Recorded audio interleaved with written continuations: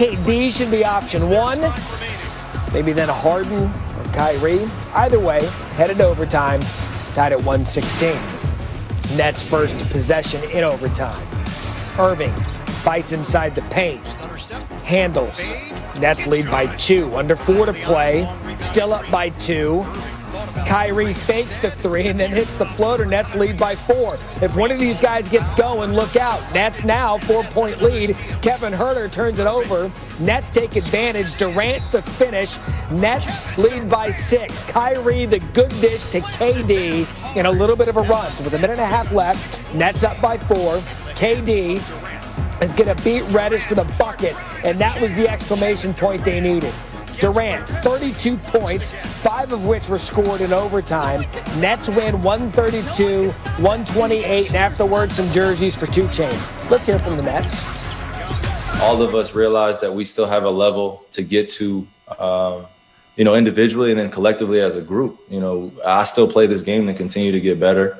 I haven't mastered anything at this game as well, no matter what people call us great or anything like that. It's just we humble ourselves to know when we go out there, 0-0 is all we're focused on, going out there and leaving out there on the floor. I think for this team, each guy is going to be a different night, and so whoever's number is called, be able to step up and contribute in whatever way the team needs it. And so tonight was one of those, one of those keys, and, it's going to be like that throughout the course of the year. Last night a good indication of what's going to make this team so tough to stop. Durant, Harden, and Irving combined to score or assist on 116 of the Nets' 132 points. That's good, but here's something to watch. Since the 3 of these have played together, since 3 of these players have played together January 16th, Durant, Irving, and Harden rank 1st, 2nd, and 3rd respectively in minutes per game league-wide. So you got to get that chemistry going, but usage perhaps down the stretch could be an issue. Let's bring back Matt Barnes. So last night, Atlanta started that 3-game road trip for the Nets with 10 of their next 13 on the road. Steve Nash had said he looks forward to getting more practice this week with the team on the road. Matt, could you explain how a road trip could be a benefit for the Nets with more time to work? The road trip is going to be big for them because they're first and foremost going to be together every day, but second, getting that practice time. When you're adding someone like a James Harden and then Kyrie coming back off his break, it's going to take some time to gel. I think offensively, we've never seen a 3-headed monster like we've seen in Brooklyn. Arguably 3 out of the 5 best bucket getters in the NBA at any given time. So down the stretch, we're going to have to figure out whoever's hot is probably going to get that last shot. But 2 things that concern me about this team is, one, you mentioned, I feel like Kevin Durant is playing a lot of minutes, especially considering coming off an Achilles tear. And then 2, they're very small on the defensive end. Outside of DeAndre Jordan, when DeAndre Jordan goes out, you'll see someone like Kevin Durant or Jeff Green playing the 5, which is an advantage on the offensive side. But defensive side, it's a liability. So look for them to make a few moves coming into the trade deadline. But I love what I'm seeing offensively, and they still haven't even hit on all cylinders yet. And you talk about the road trip up next for Brooklyn at Oklahoma City on Friday night. Maybe an extended or abbreviated training camp when they get away from home for the next couple of weeks. Matt Barnes going to be spending time with us on SportsCenter. Matt, thank you. No problem.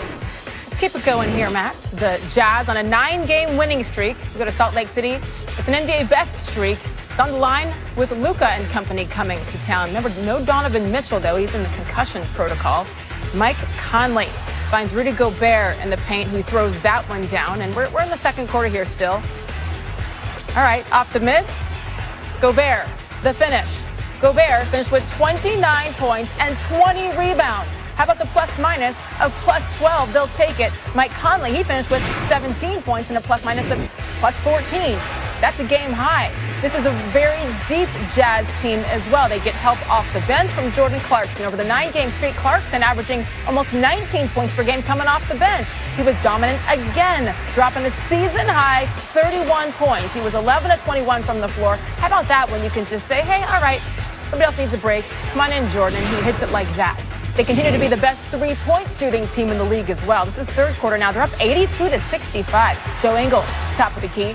He had 7 threes in the game. And then here, they're up by 13 points. Shot clock winding down. No problem for Mike Conley. They had 16 threes on the night as they win their 10th straight game, 116-104. So let's take a look inside this winning streak by Utah. Again, the long ball has been key. 8 straight games now with at least 15 threes. That's tied for the second longest streak in NBA history. The Rockets did it 10 straight times in 2019, so they're almost there. Since the streak began on January 8th, the Jazz ranked 5th in the league in offensive efficiency and 3rd in defensive efficiency. So they're a very balanced team. They're the only team in the top 5 in both categories. And there's a saying that good teams win, but great teams cover. The Jazz are doing both. 9 straight where Utah has both won and covered the spread. It's tied for the 3rd longest streak in the last 3 decades. So take that. They're going to continue their winning ways when they host the Mavericks again tomorrow before playing 3 of their next 4 games on the road. Actually, it wasn't a prediction. I'm saying that that's the goal, is to continue the winning. Yeah, Utah favored to win each of their next 5 games, according to ESPN's BPI, with their toughest challenge coming against the Nuggets, who are riding a 5-game winning streak. LeBron James and the Lakers visiting Joel Embiid and the Sixers. Whew. That right there, just that shot is cool, and it really was a good, precursor to what the night ended up being in Philadelphia. Look at everybody honoring Kobe and Gigi. Custom shoes, that was Joel Embiid, and before the game, a moment of silence for Kobe Bryant on the 1-year anniversary of his death. A Philly native, of course. LeBron showing up in the first half and then some with the Lakers down 8.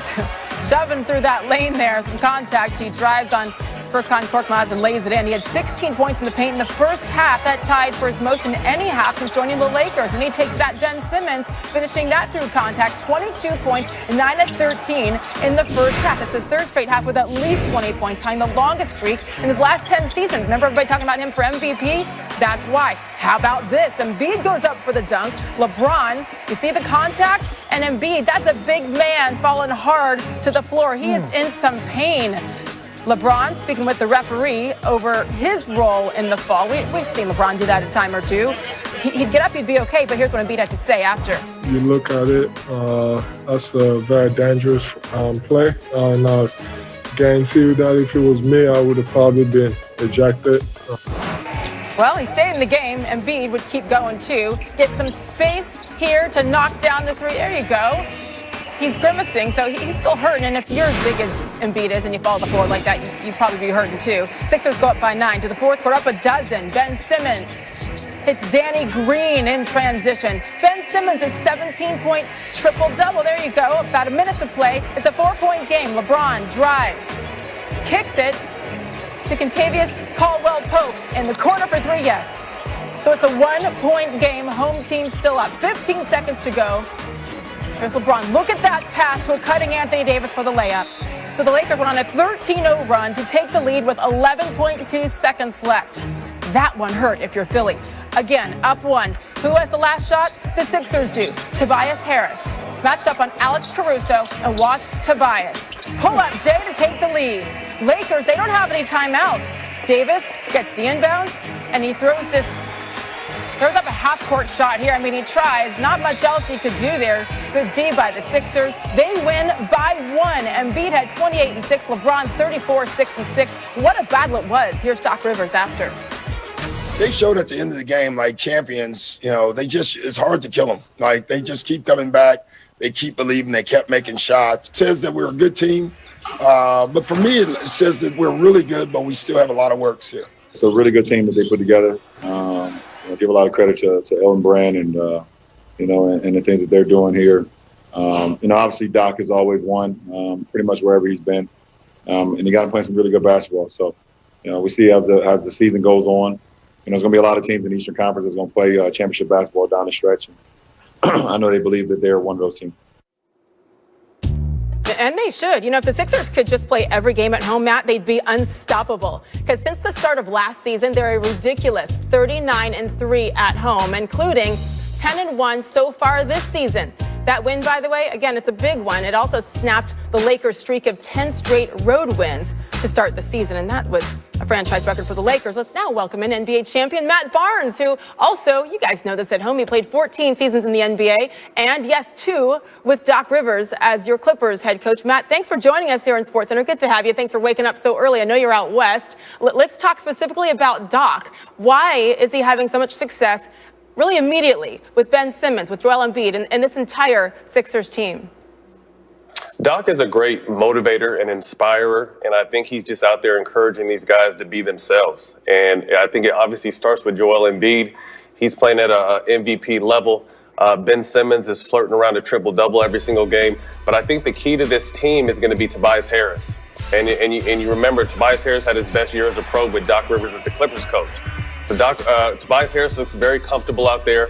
He kind of seems like the go-to guy down the stretch, which Jimmy Butler used to be. Tobias Harris is stepping in that role.